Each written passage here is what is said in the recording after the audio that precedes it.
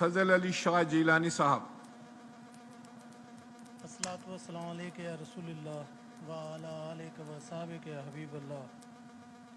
कुर्बान मेरी जान मोहम्मद के नाम पर, मरता है मुसलमान मोहम्मद के नाम पर।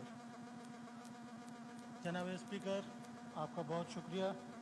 पहले तो मैं आपकी सेहत के लिए दुआगो हूँ। अल्लाह ताला आपको सेहत दे, आपको आपके घर वालों को अपने हिफ्ज़-ओ-मान में रखे। जनाब स्पीकर,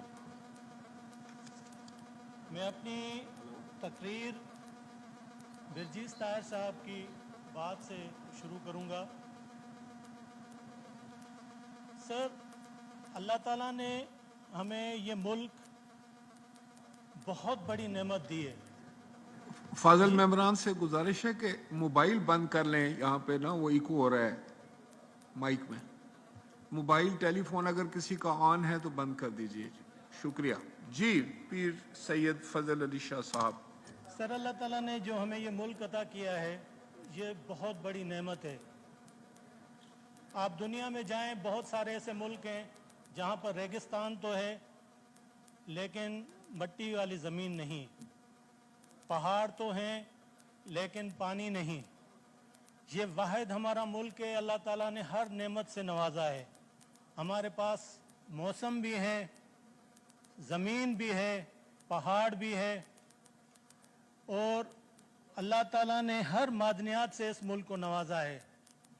मैं कहता हूँ, इस मुल्क में अगर एक चीज़ कमी है तो एक चीज़ की है, वो है हमारी नेक नियति की। यहाँ पर मैं तो ये कहूँगा कि इस मुल्क में ईमानदार वो है जिसको मौका नहीं मिलता।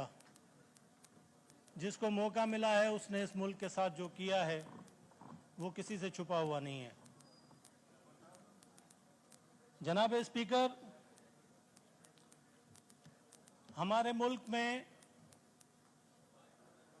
जो मादनियात हैं, आज तक हमने उसका फ़ायदा नहीं उठाया, क्योंकि मैंने आपको अर्ज़ किया कि यहाँ पर बिकने के लिए हर कोई तैयार है, ख़रीदने वाला हो।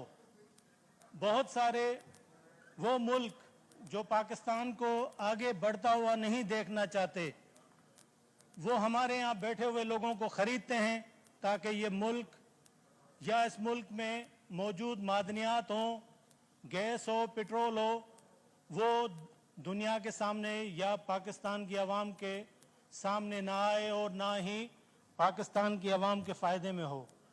ये मैं वो बातें कर रहा हूँ, शायद कुछ लोगों को बुरा लगे, लेकिन ये हकीकत है। जनाब स्पीकर, हम अगर अपने मुल्क के साथ वफादार हो जाएं, सच्चे हो जाएं, तो मैं कहता हूं कि इस मुल्क से बढ़कर और कोई नेमत किसी मुल्क दुनिया में नहीं है। यहाँ पर अल्लाह ताला की हर नेमत है हमारे पास। मैं आपसे अर्ज़ करूँगा कि इस वक्त हमारे मुल्क में जो गरीब आवाम है, उसके लिए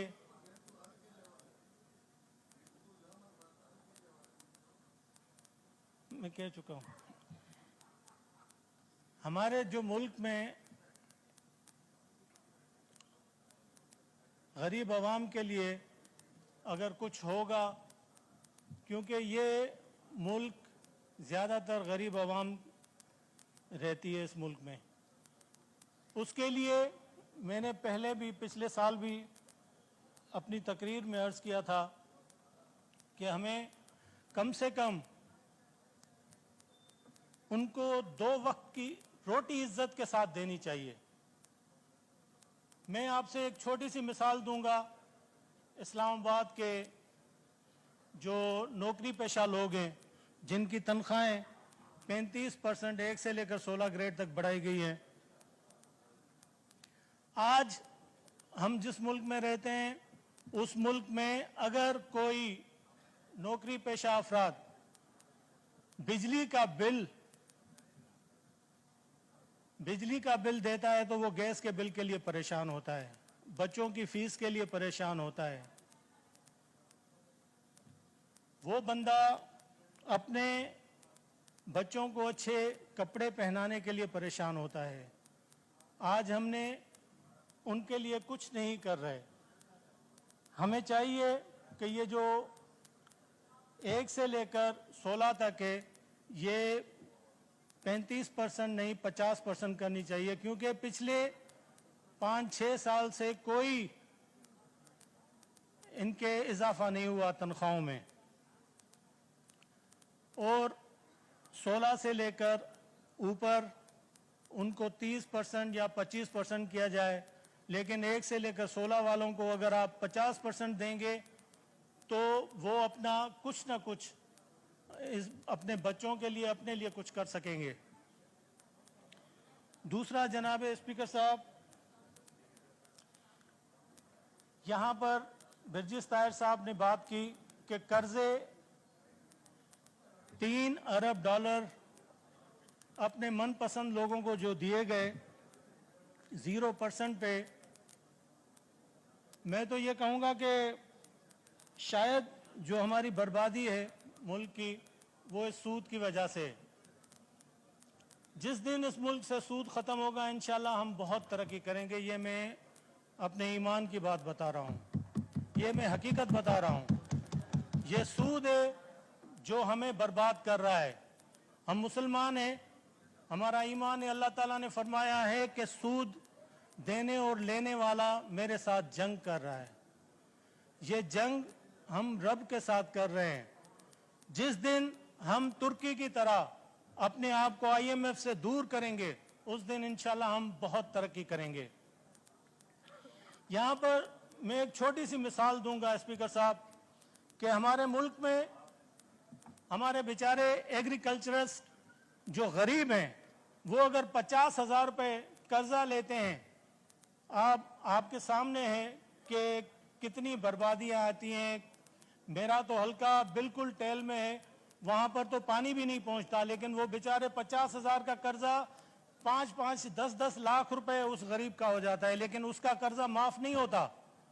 लेकिन इस असेंबली में मैंने 97 में जब मैं MNA बना था, उस वक्त मैंने एक सवाल किया था और वहाँ पर उस वक्त लिस्ट पेश की गई थी। उसमें 350 ऐसे लोग जो बड़े बड़े लोग थे, बड़े अमीर लोग थे, उनके कर्जे माफ हो जाते हैं, लेकिन एक गरीब हारी का कर्जा माफ नहीं होता। सर, सबसे पहला हक उन गरीबों का है हमारे ऊपर। ये अमीर कर्जे लेकर हड़प कर लेते हैं, लेकिन पाकिस्तान को वापस नहीं करते। लेकिन एक मेहनत कश, एक गरीब हारी, वो जब कर्जा लेता है और वो बेचारा जब उसकी फसल तबाह हो जाती है, वो कुछ नहीं कर सकता, तो उसका कर्जा माफ होने के बजाय उसका सूद इतना बढ़ जाता है कि वो 50,000 वाला 10 लाख रुपए पे भी गिरफ्तार होता है, लेकिन अमीर आदमी पे कोई हाथ नहीं डालता। मैं आपसे ये गुजारिश करूंगा कि जितने भी एग्रीकल्चरल बैंक की तरफ से हों या नेशनल बैंक की तरफ से हों, जो कर्जे हैं, उन गरीबों के सूद खत्म किए जाएं। उनसे जो कर्जा है,